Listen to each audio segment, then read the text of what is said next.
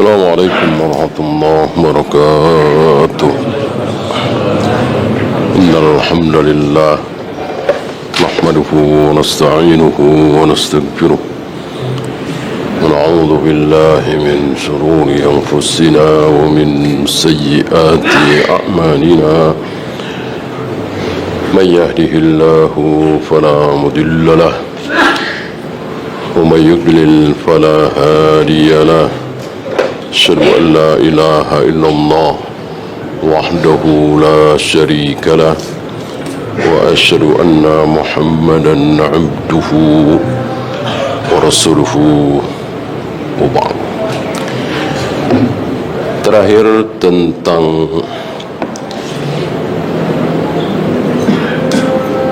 tauqifiyah. Apa itu tauqifiyah? Segala sesuatu yang kita tidak boleh menalar sendiri, menunggu wahyu, menunggu perintah, itu tauqifiyah. Seperti sholat, azan, qomat, tawaf, sa'i, ini semuanya adalah tauqifiyah. Kenapa harus dilakukan? Kenapa 2 rakaat? Kenapa harus wudu dulu? Kenapa harus pakai debu? Kenapa hayya 'ala shalah 2 kali, tidak 3 kali? Ini akal tidak bisa menjawab. Makanya disebut sebagai tauqifiyah. Nah, sifat Allah juga tauqifiyah.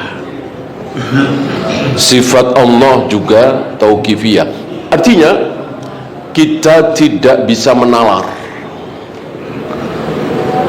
Tidak seperti orang-orang Mu'tazilah, Asy'ariyah, Maturidiyah yang mengatakan tidak masuk akal. Kalau Allah sampai turun ke langit dunia setiap sepertiga malam, berarti Allah naik turun. Ini nggak masuk akal. Nah, berarti mereka menolak kalau sifat Allah itu tauqifiyah. Padahal jelas sifat Allah tauqifiyah.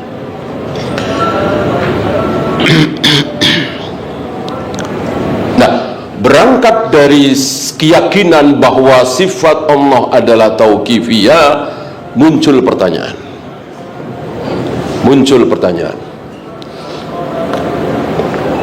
Apa?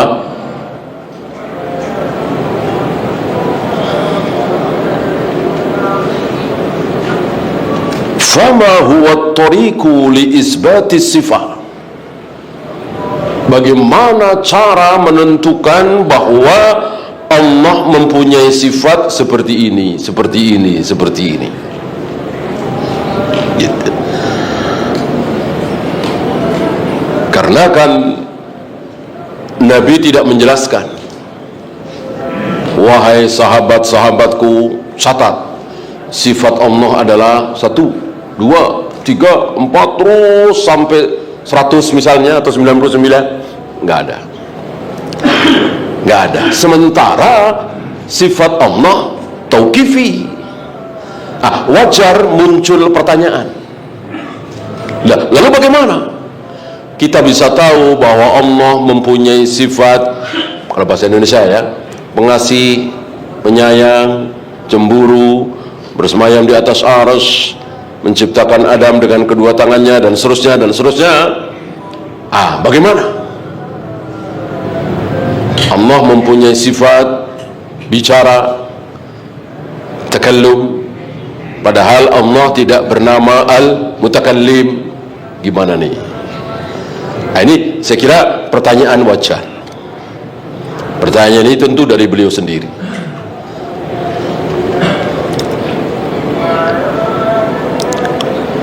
Fanaqul, kami jawab, hunaka iddatu turukin li isbatis sifah. Ada beberapa cara, ada beberapa jalan untuk menetapkan bahwa sifat Allah begini, begini, begini. At-tariqul awal, at-tariqul tsani, at-tariqul tsalis. Saya kira tidak ada at-tariqul rabi'. Berarti ada tiga.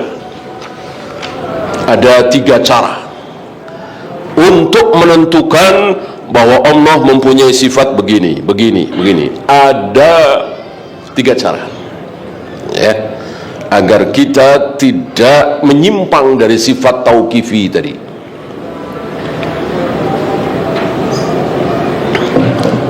At-tariqul awal, yang pertama, dalalatul asma'i 'alaiha, melihat namanya. Jadi pertama kali untuk menetapkan bahwa Allah mempunyai sifat begini, begini, begini, begini, begini, cara pertama lihat namanya.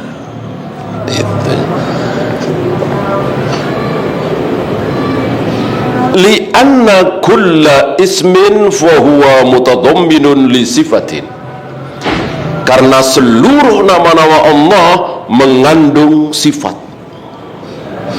Jadi untuk tahu Allah mempunyai sifat begini, begini, begini, lihat namanya. Ini tentu sangat berbeda dengan sifat manusia. Untuk mengetahui sifat seorang manusia, si A begini, si B begini, si C begini, lihat namanya. Betul? Betul? Tentu tidak betul. Lihat namanya, namanya siapa? Soleh. Oh, pasti dia soleh. Betul? Belum tentu. Belum tentu nama soleh tapi jarang sholat. Ada nggak? Ada. Nama soleh tapi nggak jujur, nggak amanah. Mungkinkah? Mungkin. Manusia tidak bisa. Bahkan jin, bahkan malaikat, bahkan para nabi, para rasul, nggak mencerminkan nama. Orang namanya emang nggak ada artinya. Dari Adam, Idris, Nuh, Hud, Ibrahim, Ismail, Ishak, Yakub, mana coba yang ada artinya? Adam artinya apa? Idris artinya apa? Ibrahim, Ismail artinya apa? Ada? Ada artinya? Nggak ada. Nggak ada. Maka mencerminkan nama, bagaimana orang namanya nggak ada artinya? Itu manusia-manusia termulia. Diteruskan manusia termulia di luar para nabi, para rasul. Siapa? Tentu sahabat. Abu Bakar, Umar, Utsman, Zubair, Thalha. Ada artinya? Nggak ada. Nggak ada artinya sama sekali. Sementara mereka adalah manusia-manusia termulia di muka bumi. Namanya nggak ada artinya. Sangat sederhana. Gitu ya. Kebalikan kaum muslimin hari ini. Namanya luar biasa. Orangnya biasa-biasa saja. Para sahabat, para nabi, para rasul, namanya biasa-biasa saja. Orangnya luar biasa. Namanya cuman Sa'ad. Apa Sa'ad?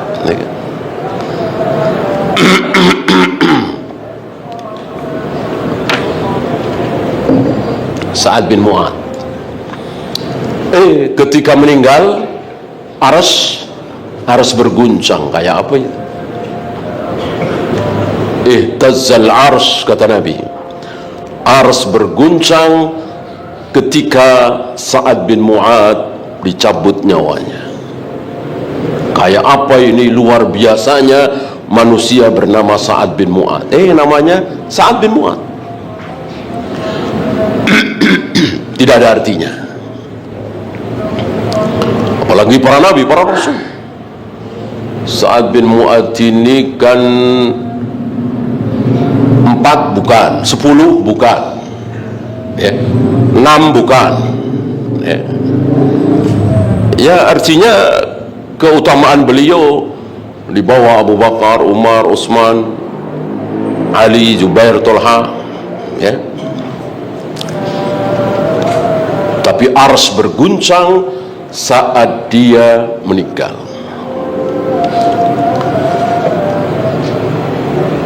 Nah, berbeda dengan nama-nama Allah.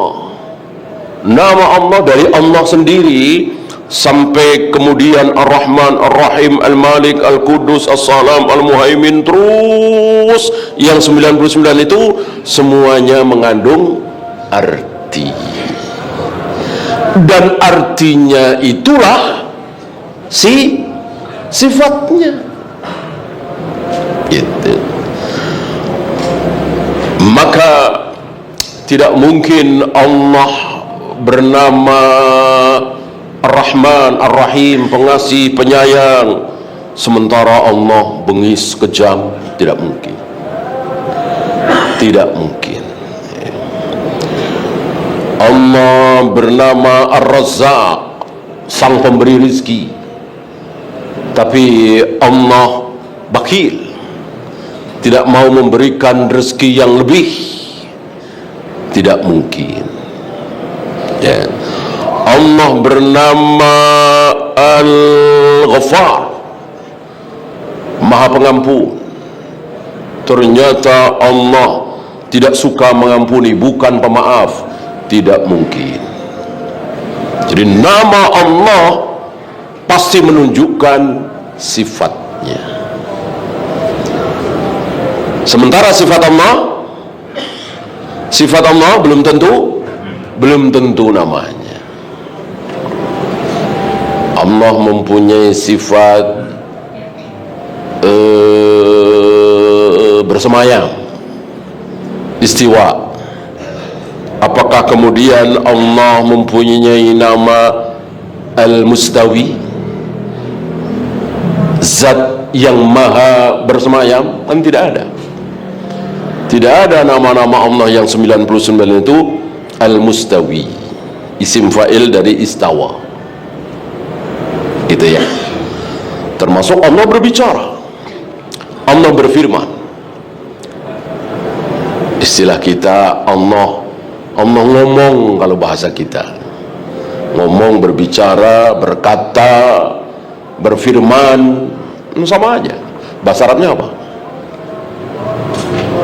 Ngomong, bicara, berkata, berfirman. Bahasa Arabnya satu, apa? Qala Allah Ta'ala, kan gitu. Rasulullah sallallahu alaihi wasallam. Abu Bakar qala Abu Bakrin, ya. Aisyah qalat, kalau perempuan pakai ta kan.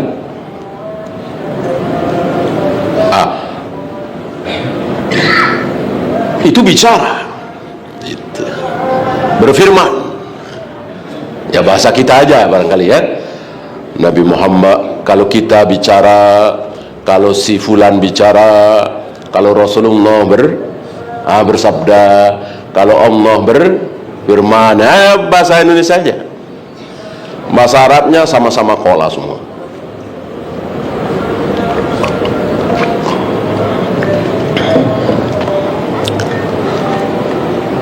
Kapan Allah berkata, berbicara, berfirman? Kapan? Terserah Allah kapan. Ini keyakinan Ahlus Sunnah. Beda dengan Asy'ariyah. Kapan Allah berbicara, berkata, berfirman? Ketika wahyu belum putus, gitu. Ketika wahyu belum putus, Allah berbicara, Allah berfirman. Di mana? Di Al-Quran, di Taurat, di Injil, di Zabur, di Suhuf.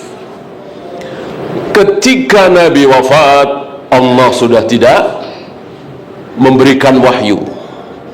Berarti Allah sudah tidak bicara lagi, tidak berfirman lagi. Betul? Salah. Kalau menurut Asy'ariyah betul. Jadi hari ini Allah nggak bicara. Tentu ini batil sekali. Ini batil sebatil-batilnya. Hari ini Allah sudah tidak bicara lagi. Orang wahyu sudah putus. orang Nabi sudah wafat, ya, mereka mengira bahwa pembicaraan Allah, ucapan Allah semuanya adalah wahyu. Ini keliru. Yang benar, firman Allah ada dua. Apa? Yang diwahyukan dan yang tidak diwahyukan. Seandainya firman Allah itu semuanya wahyu, sulit kita memahami ucapan Allah, lau kanal bahru midadan, seandainya seluruh air lautan itu menjadi tinta, dipakai untuk menulis firman Allah, ucapan Allah, la nafidal bahru, maka seluruh air lautan itu habis, yang sudah menjadi tinta itu habis untuk menulis firman Allah, sementara ucapan Allah belum habis ditulis. Coba kalau firman Allah itu wahyu kan ya Al-Quran, Taurat, Injil, Zabur, Suhuf, berapa sih?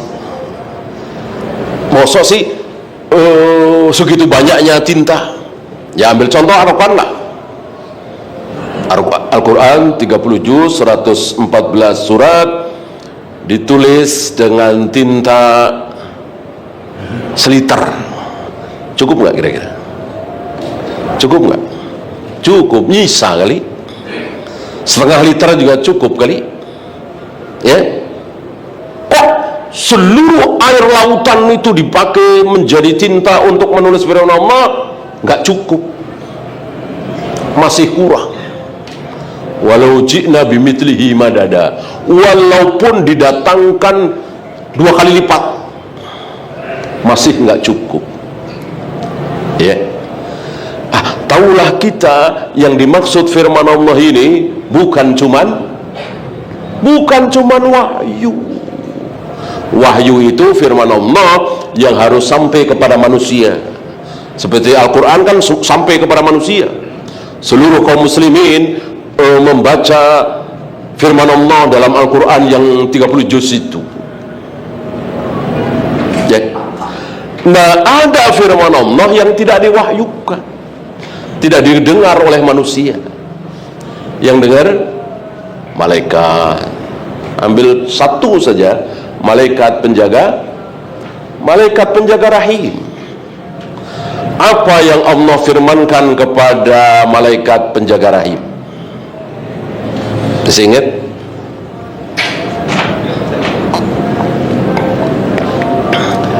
Dari mulai air ayah masuk ke rahim ibu, malaikat setiap kali ada air mani masuk ke dalam rahim seorang wanita, setiap kali itu malaikat penjaga rahim selalu bertanya kepada Allah, ya Allah, mau dijadikan anak apa tidak? Mau dijadikan anak apa tidak? Ketika Allah menjawab tidak usah dijadikan, maka dikeluarkan lagi dalam bentuk darah haid. Ketika Allah menjawab jadikan, maka jadilah manusia. Diawali dengan segumpal darah, kemudian segumpal daging, kemudian membungkus tulang belulang, dan seterusnya sampai umur 120 hari, 4 bulan. Nah, ketika 4 bulan setelah pertemuan air ayah dengan air ibu, Allah tiupkan ruh, maka yang tadinya mati sekarang hidup. Kalau nggak ada roh kan mati.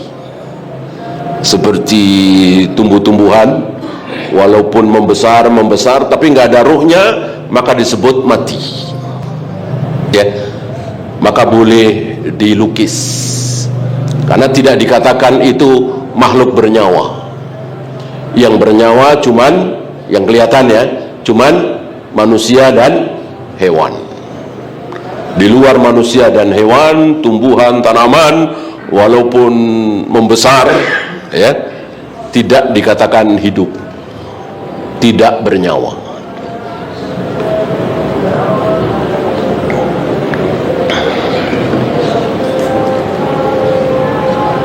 Nah, setelah hidup, Allah perintahkan, Allah diktikan kepada malaikat penjaga rahim, nanti lahir tanggal berapa, bulan apa, jam berapa, berapa rizki yang dia terima begitu hari pertama dia lahir, dapat ASI dari ibunya atau tidak, gitu ya. Terus hari kedua, hari ketiga, hari keempat, hari kelima, terus hari ketujuh dapat begini, hari ke-8, terus sampai mati, sampai hari di ke 10.000 sekian misalnya ya. Dia ketemu dengan siapa, dia jalan ke sini, semuanya pengulangan catatan takdir di Lauh Mahfuz. Hanya ada sedikit tambahan. Ada 2 kemungkinan, 3 kemungkinan, 4 kemungkinan. Wah, lebih banyak tentunya. Dari si janin ini lahir sampai mati. Mungkin 60 tahun, mungkin 70 tahun, mungkin 80 tahun. Setiap hari ditulis. Itu satu manusia, padahal ada berapa miliar, berapa triliun manusia dari Nabi Adam sampai hari ini, sampai hari kiamat. Semuanya berdasarkan firman Allah. Berapa ribu halaman ya untuk satu orang. Nah, dari sini kita bisa mengatakan pantas. Pantas itu tinta sebanyak air lautan gak cukup. Ini baru manusia, belum jin, belum gunung, belum bintang. Kan semuanya ditulis, dan tulisannya berdasarkan firman Allah ya. Belum Allah berbicara kepada Jibril ya, dan seterusnya dan seterusnya. Nah, disinilah kesalahan kaum Asy'ariyah yang mengatakan Allah sudah tidak berbicara lagi, sudah tidak berfirman lagi ketika wahyu sudah putus. Mereka tidak faham bahwa firman Allah bukan cuman wahyu.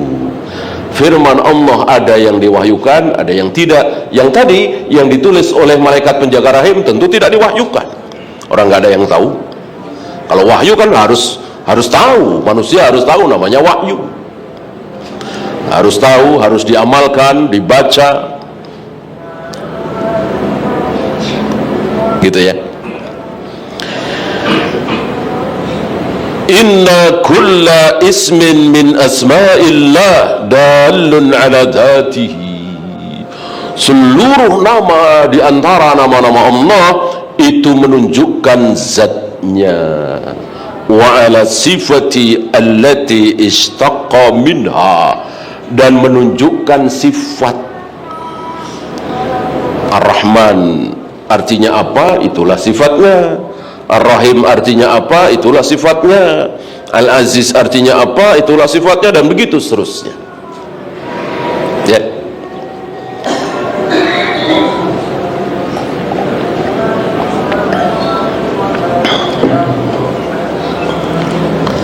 Ini cara pertama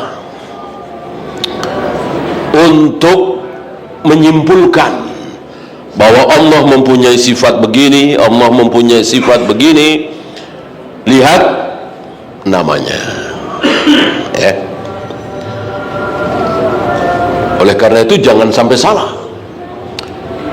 Ketika kita menghendaki sesuatu, memohon sesuatu, lalu bertawasul dengan Asmaul Husna, jangan sampai salah. Harus disesuaikan antara permohonan kita dengan nama Allah yang mana.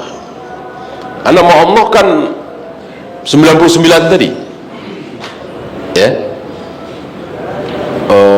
Ada yang bertolak belakang, gitu. Antara Ar-Rahman Ar-Rahim dengan Al-Aziz kan bertolak belakang nih, gitu ya. Jangan sampai kita memohon ampun kepada Allah tapi yang kita sebut nama Al-Aziz, ini tidak pas. Atau Ar-Razzaq misalnya, ini tidak pas. Kalau kita memohon ampun kepada Allah, yang kita sebut nama Ya Ghaffar, Ya Ghaffar, Ya Ghaffar. Diulang-ulang, jangan dihitung. Diulang-ulang, jangan dihitung.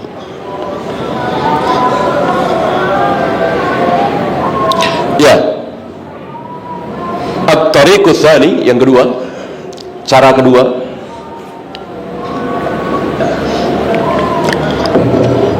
untuk bisa menentukan, menyimpulkan bahwa Allah mempunyai sifat begini-begini. Yang pertama tadi melihat apa? Nama. Yang kedua, ayyunassa ala sifah, yang ditunjukkan oleh sifat itu. Artinya bukan nama, tetapi ada keterangan. Ada keterangan bahwa Allah memiliki wajah. Ada keterangan bahwa Allah memiliki dua tangan. Ada keterangan bahwa Allah memiliki dua mata. Ya. Mana keterangan bahwa Allah memiliki dua mata? Mengambil dalil dari Dajjal. Dajjal, Nabi mengatakan bahwa Dajjal itu a'war. Dajjal itu apa? A'war, buta sebelah. Terusannya apa sabda Nabi? Sedangkan Allah tidak a'war. Allah tidak a'war. Ketika seseorang dikatakan tidak a'war adalah dua matanya berfungsi. Dajjal tidak. Yang berfungsi cuma satu mata, satunya lagi tidak berfungsi, cacat, tidak bisa lihat. Maka Dajjal dikatakan a'war. Apa bahasa kita? Sepertinya nggak ada ya. Orang matanya ya paling buta sebelah, ya. Bukan istilah ya, keterangan itu.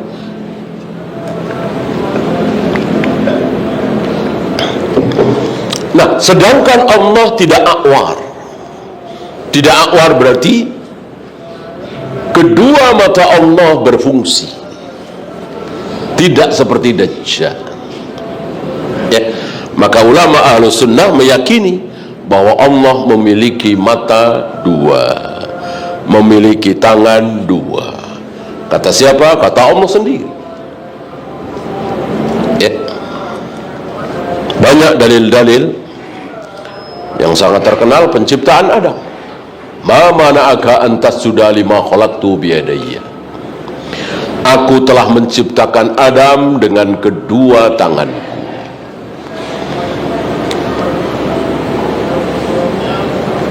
Kenapa dikatakan dua? Karena nggak ada dalil tangan ketiga, tangan keempat. Gitu. Yang ada dalil kedua tangan Allah. Aku telah menciptakan Adam dengan kedua tanganku. Mungkin ada yang bertanya, menciptakan Adam dengan kedua tangan Allah. Bisa saja Allah tangannya banyak, tapi yang dipakai untuk menciptakan Adam dua tangan. nggak bisa, karena nggak ada dalil. Itu. Dan tentang dua tangan Allah kan bukan cuman penciptaan Adam, ya. Allah membentangkan kedua tangannya di malam hari untuk menerima taubat orang-orang yang berbuat dosa di siang hari. Allah juga membentangkan tangannya, kedua tangannya di siang hari, liyatuba musi'ul lail, untuk menerima taubat orang-orang yang berbuat dosa di malam hari. Dan begitu setiap hari sampai ada batasnya nih, sampai hatta tatlu asyamsu min maghribiha, sampai matahari terbit dari barat. Ketika matahari terbit dari barat, Allah sudah tidak membentangkan kedua tangannya lagi, tidak menerima taubat siapapun, ya. Wa ma asbaha dzalik, dan lain-lain yang menunjukkan bahwa Allah akan menampakkan betisnya. Kemudian Allah membolak-balikkan hati manusia dengan dua jarinya. Allah menghadapkan wajahnya ke wajah orang yang sedang sholat, dan seterusnya. Seluruh ayat, seluruh hadis tentang Allah seperti ini kita tetapkan itulah sifat Allah, ya. Sifat itu kan keadaan, kan. Kata sifat sering dalam bahasa kita sering kata keadaan, ya. Keadaan Allah ya bersemayam di atas arsy. Keadaan Allah memiliki wajah, memiliki kedua tangan, memiliki kedua mata, dan seterusnya.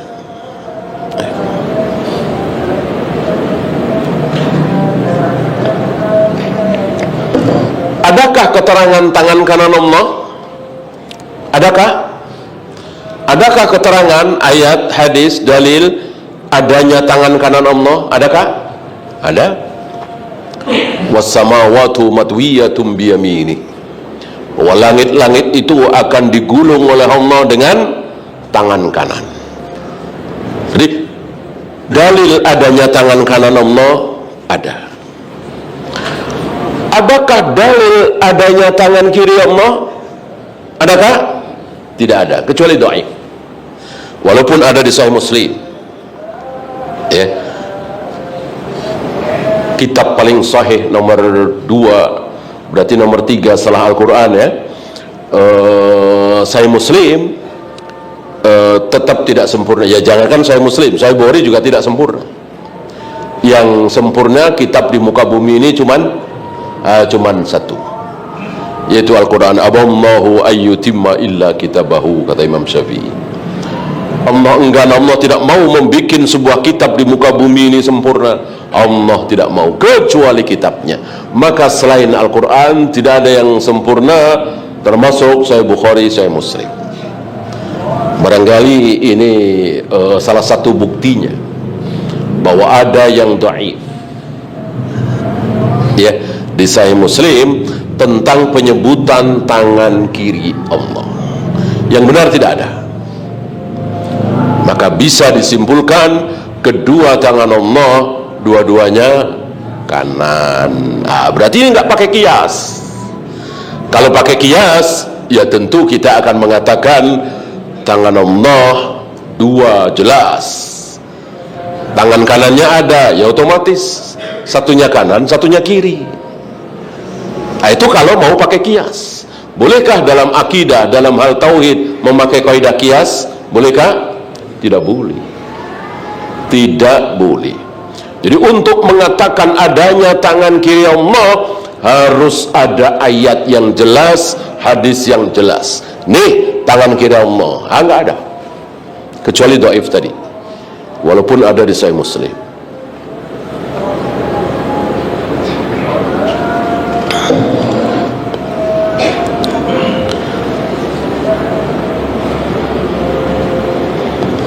Fahadhihi binassin min Allah. Ini semua dengan nas yang datang dari Allah. Nggak ada Imam Syafi'i ngarang-ngarang sendiri, Imam Bukhari ngarang-ngarang sendiri tentang sifat Allah, nggak ada.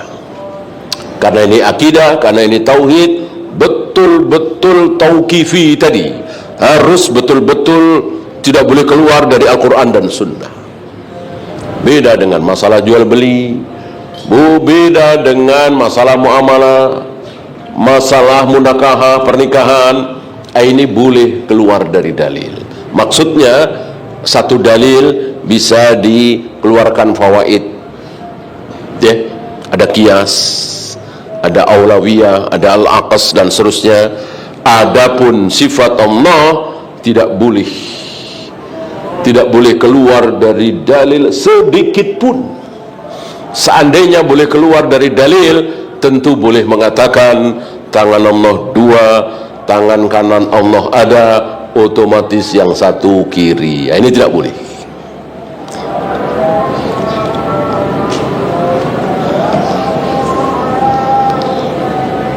Kemudian intiqam, menghukumi, ya. Kenapa para ulama berani mengatakan bahwa Allah itu menghukumi, membalas? Karena firman Allah, innallaha azizun dzuntiqam. Sungguh Allah itu aziz, perkasa, dan memiliki intiqam, memiliki hukuman balasan. Dengan ayat ini disimpulkan bahwa Allah membalas, ya. Tentu kalau Allah mau. Kalau Allah mau juga, karena dia beriman, Allah ampuni, lalu tidak Allah hukum, bisa juga. Walaupun dia berzina, walaupun dia mencuri, walaupun dia mabuk bertahun-tahun, tapi Allah ampuni, maka tidak dihukum. Ini keyakinan besar Ahlus Sunnah. Ini keyakinan yang ditolak oleh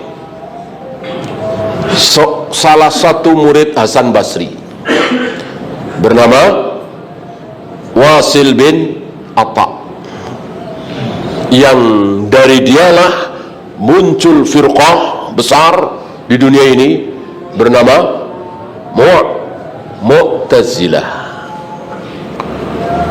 Diawali dari kekecewaan Wasil bin Atha ketika Wasil bin Atha bertanya kepada imam besar Hasan Basri, tabi'in, di mana letak orang muslim yang berzina, atau yang minum khamar, atau yang berjudi, atau yang meninggalkan sholat dan seterusnya, tapi dia muslim beriman?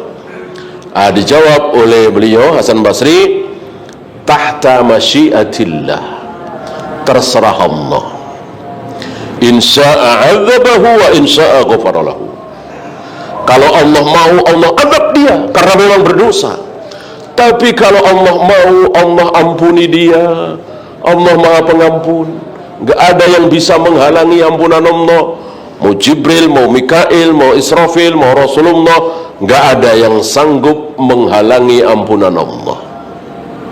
Walaupun dosanya setinggi langit istilahnya. Wasil bin Atha tidak puas dengan jawaban guru besarnya ini, Imam Hasan Basri. Lalu besoknya Wasil tidak duduk lagi di majelisnya Hasan Basri, tapi mojok sana, ya, dan bawa teman, ya, karena dia ya berpengaruh, pinter gitu mungkin, bawa teman, ya, jadi seolah menyaingi majelisnya Hasan Basri. Hasan Basri di sini, dia di pojokan, masjidnya cukup luas. Disitulah muncul ucapan Hasan Basri, i'tazalana Atha, i'tazalana Atha, ya. Wasil bin Atha mengiktizal kita, memisahkan diri dari kita, itu i'tizal. Isim fa'ilnya Mu'tazil. Maka terkenalah sejak saat itu pengikut Wasil bin Atha dikatakan Mu'tazilah. Bagaimana ciri khas mereka? Berani menolak ayat, berani menolak hadis karena akal. Jadi ayat hadis yang menurut mereka tidak masuk akal ditolak. Jadi lebih memenangkan akal daripada ayat dan hadis. Mu'tazilah. Laisa min asma'illahi al-muntakim. Nih. Al-muntakim itu bukan nama Allah.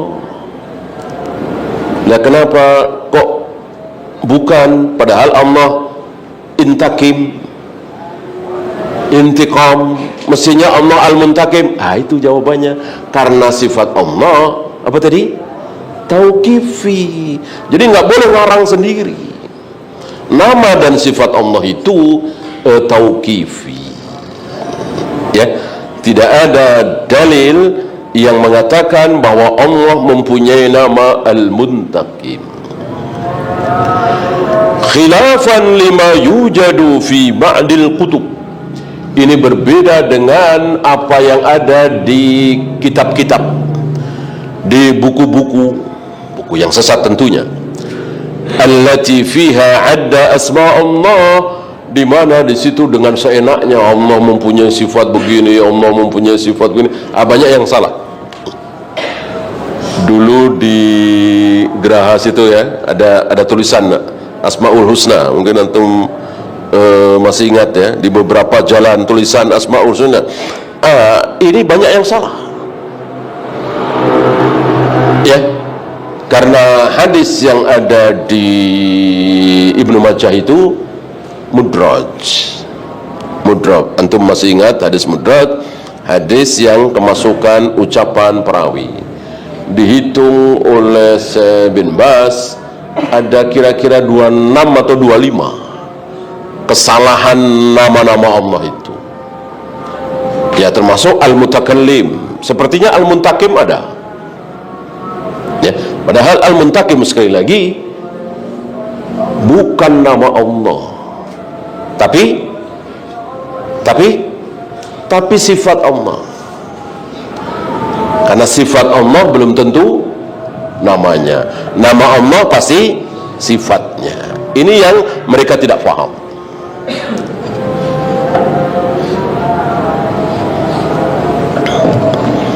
Li'annal intiqama ma jaa illa ala sabilil wasfi atau ismil fa'il muqayyadan. Ini cuma isim fa'il. Apakah ketika sifat Allah dijadikan isim fa'il kemudian menjadi nama Allah? Tidak ya. Tidak mentang-mentang Allah berbicara lalu Allah boleh dinamakan zat yang maha bicara, al-mutakallim. Walaupun Allah takallum setiap hari, setiap saat Allah berbicara, hanya kita saja tidak tahu.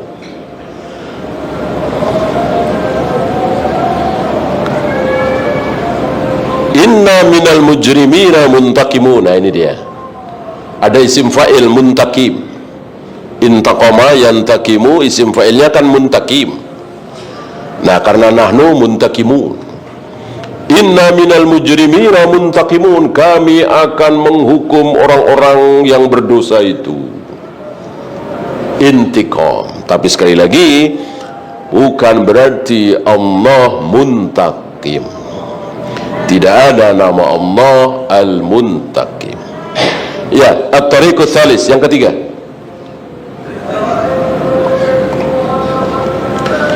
Cara ketiga untuk menyimpulkan sifat Allah. Cara pertama dengan melihat apa tadi?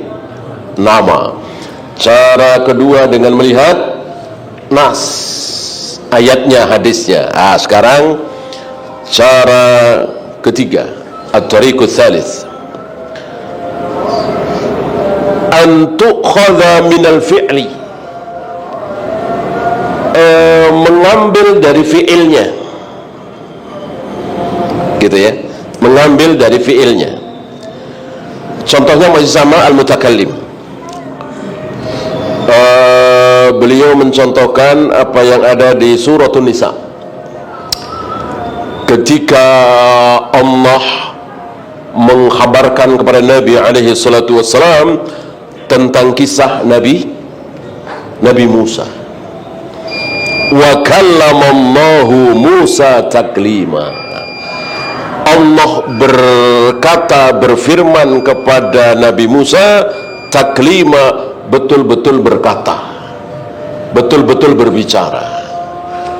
Dengan ayat ini para ulama Ahlus Sunnah meyakini bahwa Allah betul-betul berbicara.